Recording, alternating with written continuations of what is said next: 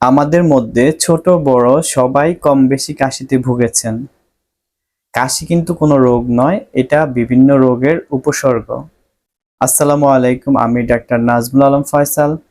আজকে আমরা জানবো কাশি কেন হয় এবং এর দ্রুত নিরাময়ের জন্য হোমিওপ্যাথিক ওষুধ সম্পর্কে। চলুন শুরু করা যাক।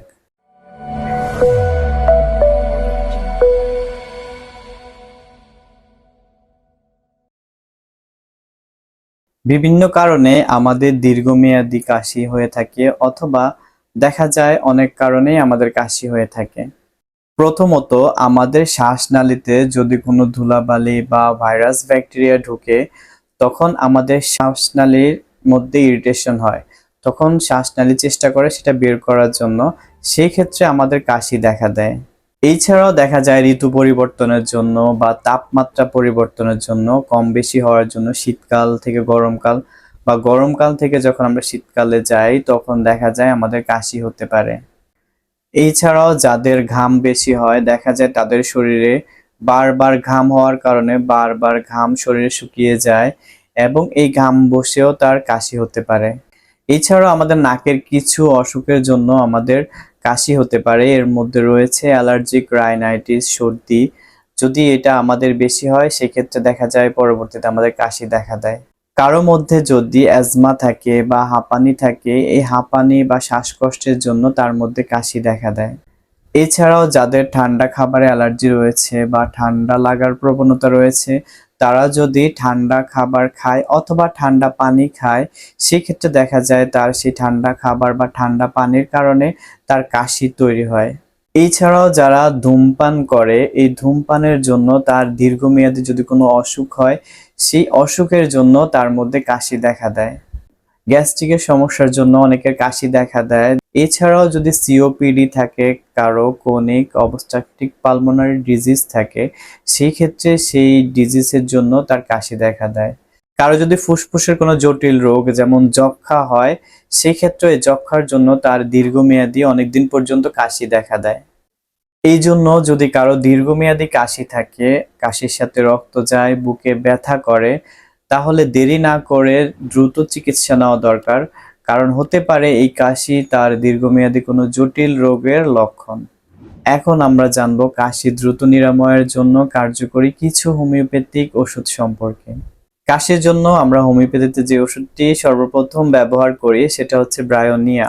যদি রোগীর শুষ্ক কাশি থাকে, সেই সাথে রোগীর যদি অত্যাধিক পানির পিপাসা থাকে, দেখা যায় রোগী কাশতে কাশতে রোগীর বুকে প্রচন্ড ব্যথা হয়, রোগী অনেক চেষ্টা করে কাশতে কাশতে কফ বের করার জন্য, কিন্তু তার শুষ্ক কাশি হওয়ার জন্য গলা দিয়ে কফ বের হয় না। মাঝে মাঝে এমন হয় যে রোগী কাশতে কাশতে অনেক সময় রক্ত বের হয়ে যায়। কাশতে কাশতে যদি রোগীর বুক ব্যথা করে এবং বুক চেপে ধরলে যদি তার ভালো লাগে, আরাম লাগে, সেই ক্ষেত্রে ব্রায়োনিয়া খুবই চমৎকার একটা মেডিসিন। এছাড়াও যদি রোগীর শুকনো কাশির সাথে তার কোষ্ঠবদ্ধতা থাকে, বাথরুম ক্লিয়ার হয় না, বাথরুম কষা হয়, সেক্ষেত্রে ব্রায়োনিয়া খুবই উপকারী একটা মেডিসিন। এই ক্ষেত্রে যদি আমরা রোগীকে ব্রায়োনিয়া 30 দিই তাহলে দেখা যায় রোগীর এই কাশির যে কষ্টটা রয়েছে, কাশিটা ঠিক হয়ে যাবে খুব তাড়াতাড়ি। যদি রোগীর প্রবল কাশি হয়, কাশতে কাশতে রোগীর চোখ মুখ লাল হয়ে যায়, সেই সাথে জ্বর থাকে, চোখ লাল থাকে এবং রোগীর ঢোক গিলতে কষ্ট হয়, গলার ভিতরে ব্যথা হয়, সুরসুর করে, ঠান্ডা লাগার ফলে তার কাশির সৃষ্টি হয়, তাহলে এই রোগীকে যদি আমরা বেলেডোনা দিয়ে থাকি তাহলে খুব চমৎকার রেজাল্ট পাওয়া যায়। বেলেডোনায় দেখা যায় এই রোগী সুস্থ হয়ে যায়। বেলেডোনা 30 সকাল বিকাল যদি রোগীকে খেতে দিই তাহলে ইনশাল্লাহ রোগী খুব দ্রুতই ঠিক হয়ে যাবে। রোগীর বুকে যদি সর্দি বসে তার কাশি সৃষ্টি হয় এবং বুকের ভিতরে যদি গড় গড় শব্দ হয়, রোগী অনেকক্ষণ ধরে কেশেও কোনো কফ বের হয় না, আর যদি বের হয় তাও দেখা যায় সুতার মতো খুবই শক্ত এবং আঠালো কফ বের হয়, কাশতে কাশতে রোগীর দম বন্ধ হয়ে যাওয়ার মতো অবস্থা হয়, কাশি দিনের তুলনায় রাত্রে বেশি থাকে, কাশির জন্য রোগীর শ্বাস প্রশ্বাস নিতে খুবই কষ্ট হয়। এই ধরনের লক্ষণে যদি আমরা রোগীকে অ্যান্টিমটার্ট দিয়ে থাকি, অ্যান্টিমটার্ট 30 সকাল বিকাল, তাহলে দেখা যায় রোগীর এই কাশি ঠিক হয়ে যায়, তাহলে দেখা যায় রোগী খুব দ্রুতই আরোগ্য হয়ে যায়। কাশির জন্য আরেকটা গুরুত্বপূর্ণ মেডিসিন হচ্ছে ইপিকক। যদি রোগীর খুক খুক করে কাশি হয় এবং কাশতে কাশতে যদি রোগী বমি করে অথবা বমির চেয়ে যদি বমি বমি ভাবটা বেশি থাকে এবং সেই সাথে রোগীর জিহ্বা পরিষ্কার থাকে এবং রোগীর গলার ভিতরে বুকের মধ্যে যদি সাই সাই শব্দ হয়, এইসব সিমটম পেলে যদি রোগীকে আমরা ইপিকাক 30 দিয়ে থাকি সকাল বিকাল, তাহলে দেখা যায় রোগী খুব দ্রুতই আরোগ্য হয় এবং রোগীর কাশি খুব দ্রুতই ভালো হয়ে যায়। যদি রোগীর একটার পর একটা কাশি হয়, কাশতে কাশতে রোগীর ঘাম বের হয়ে যায়, কাশতে কাশতে রোগী হয়রান হয়ে যায়, ক্লান্ত হয়ে যায় এবং দেখা যায় রোগীর কখনো শুষ্ক কাশি, কখনো আবার কফ বের হচ্ছে, মুখের মধ্যে তার ঠান্ডা বাতাস লাগলেই তার কাশি বাড়ে, একটু ঠান্ডা খেলে বা ঠান্ডা কোনো বাতাস লাগলেই তার কাশি বেড়ে যায় এবং রোগী খুব শীতকাতর এবং রোগী খুব বদমেজাজি হয়, রাগী হয়।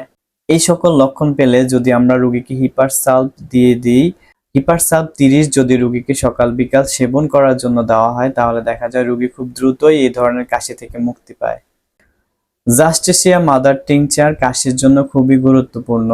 যদি রোগীর কাশি গলার ভিতরে সাই সাই শব্দ হয়, খপ খপ শব্দ হয়, দম আটকানো কাশি এবং কাশি দিনের তুলনায় রাত্রে বেশি হয়, সেই ক্ষেত্রে যদি রোগীকে আমরা জাস্টিসিয়া মাদার টিংচার 10 ফোঁটা করে 3 বেলা আধা কাপ কুসুম গরম পানিতে দেই, সিমটোমেটিক মেডিসিনের সাথে জাস্টিসিয়া খুব দ্রুতই কাজ করে। এছাড়াও যদি রোগীর গলার মধ্যে কফ হয়, কাশি হয়, কাশিতে গলা ব্যথা হয়, গলার মধ্যে ক্ষত তৈরি হয়ে যায়, সেক্ষেত্রে আমরা ক্যালিমিওর 6X বায়োকেমিক রোগীকে এই সকল মেডিসিনের সাথে দিতে পারি। ক্যালিমিওর 6X 3 বেলা 4টা করে ট্যাবলেট গরম পানি সহ খেলে দেখা যায় রোগী খুব দ্রুতই আরোগ্য হয় এবং কাশি ঠিক হয়ে যায়। এছাড়া হোমিওপ্যাথিতে কাশির জন্য আরো অনেক মেডিসিন রয়েছে। আপনার পুরনো কাশি হোক অথবা দীর্ঘদিনের কাশি হোক, যদি আপনার কাশির জন্য বুকে ব্যথা করে বা যে কোনো সমস্যাই হোক, আপনি আপনার নিকটস্থ হোমিওপ্যাথি ডাক্তারের কাছে যাবেন এবং আপনার সিমটম অনুযায়ী হোমিওপ্যাথিক ওষুধ গ্রহণ করবেন। ইনশাল্লাহ আপনি সুস্থ হয়ে যাবেন। যেহেতু কাশি কোনো রোগ নয়, এটা অন্য রোগের সিমটম, সুতরাং এটা নিয়ে কখনো অবহেলা করবেন না। দীর্ঘদিনের কাশি হলে এবং দীর্ঘদিন যদি আপনার কাশি থাকে, তাহলে অবহেলা না করে অবশ্যই পরীক্ষা নিরীক্ষার মাধ্যমে আপনি চিকিৎসা গ্রহণ করুন। ভিডিওটি যদি ভালো লাগে অবশ্যই লাইক কমেন্ট শেয়ার করবেন। ইনশাল্লাহ দেখা হবে পরবর্তী কোনো ভিডিওতে। আসসালামু আলাইকুম।